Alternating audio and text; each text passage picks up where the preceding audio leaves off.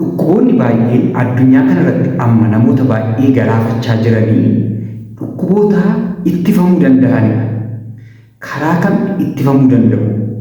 Karaa kam dhukkuboota hedduu ofirraa ittisuu dandeenya? Keessumattuu dhukkuboota amma baay'achaa jiran namoota hedduu irratti mudachaa jiran umurii waggaa 40-35 booda dhukkuboota hedduu namarratti mul'atanii karaa kamiin har'arraa kaasnee ofirraa ittisuu dandeenya?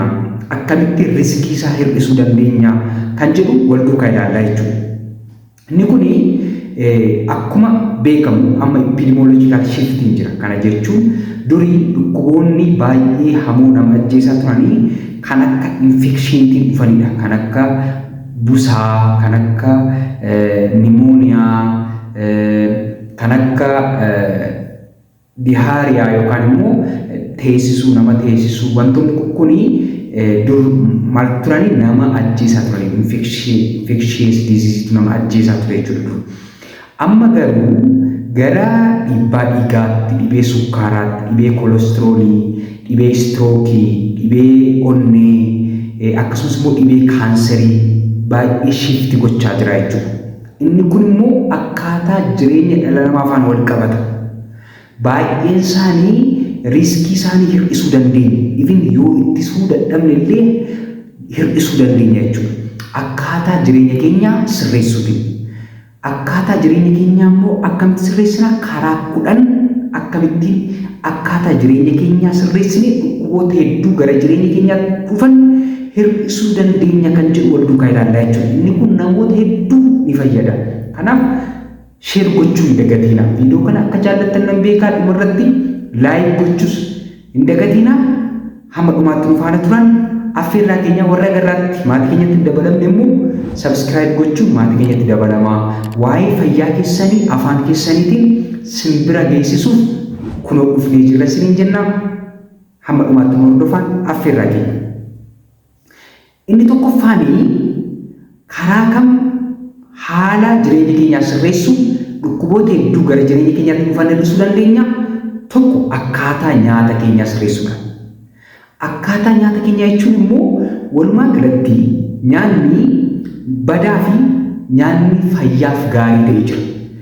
Nyaanni fayyaaf gaarii ta'e in general kan akka fruit vegetable, whole grain kana jechuun fuduraa fi muduraa wantoota processed hin taane.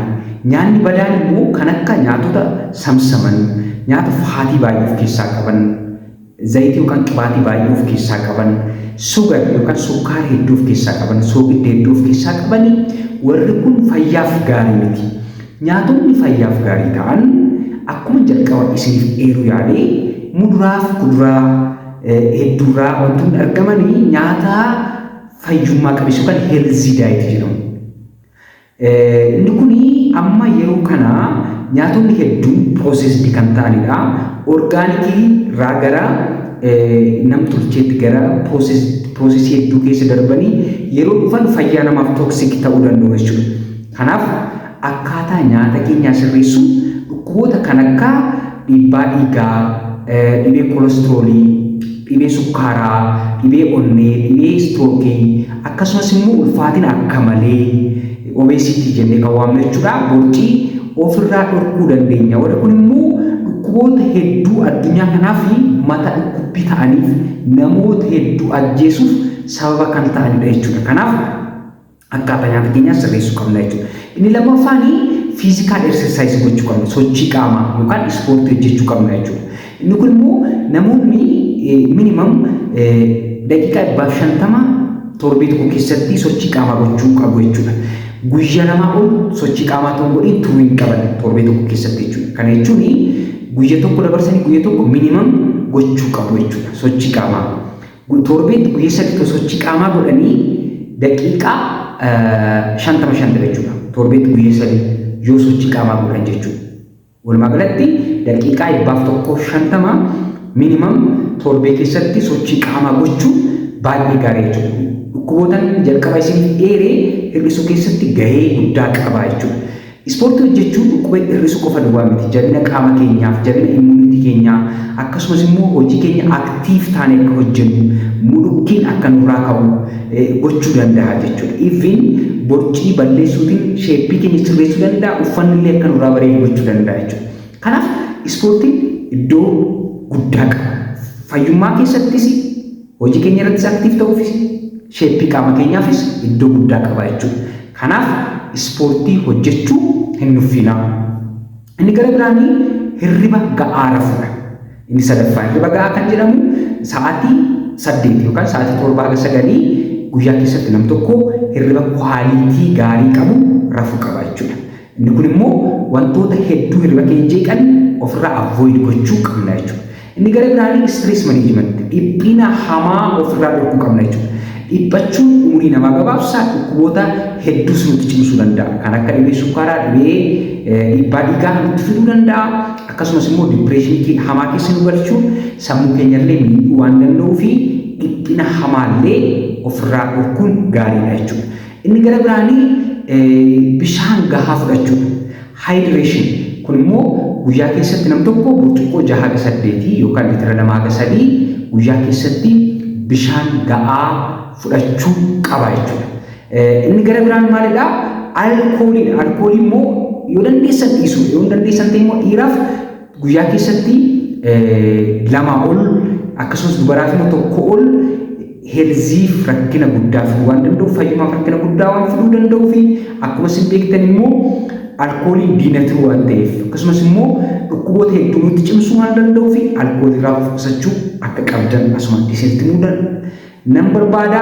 Inni gara biraan immoo smoking yookaan tamboo aarsuu, tamboo xuuxuun illee dhukkuboota hedduu nutti fiduu danda'a jechuudha. Kan akka dhiibbaa dhiigaa, dhibee heart disease yookaan immoo dhibee onnee akkasumas immoo kaanserii sombaa fillee nu saaxiluu danda'a jechuudha. Kanaaf smokingiin immunitii keenya illee gadi buusuu danda'a. Kanaaf maal gochuu qabdu? Warri xuuxan xuuxurraa of qusachuun baay'ee gaariidha jechuudha. Inni gara biraanii social connection and relation wanti jedhamu jira jechuudha. Fayyummaa keenya keessatti kun immoo hariiroo namoota kaan biraa faana qabnuun hariiroo keenya sirreessuu qabna jechuudha. Akkuma beekamu fayyaa jechuun yookaan health jechuun mental, social and physical well-being akkuma jedhamu social well-being illee baay'ee barbaachisaadha jechuudha. Namoota faana hariiroo gaarii qabaachuun illee baay'ee murteessaadha jechuudha. Inni gara biraanii screen time yookaan immoo sa'aatii nuti moobaayilii irratti, taabileetii irratti akkasumas laaptooppii irratti dabarsinu ija keenya miidhuu danda'a. Akkasumas immoo iddoo tokko taa'aa waan ooluu fi sochii qaamaa waan hin qabnee fi dhukkuboota tokko tokkoof nu saaxiluu danda'a.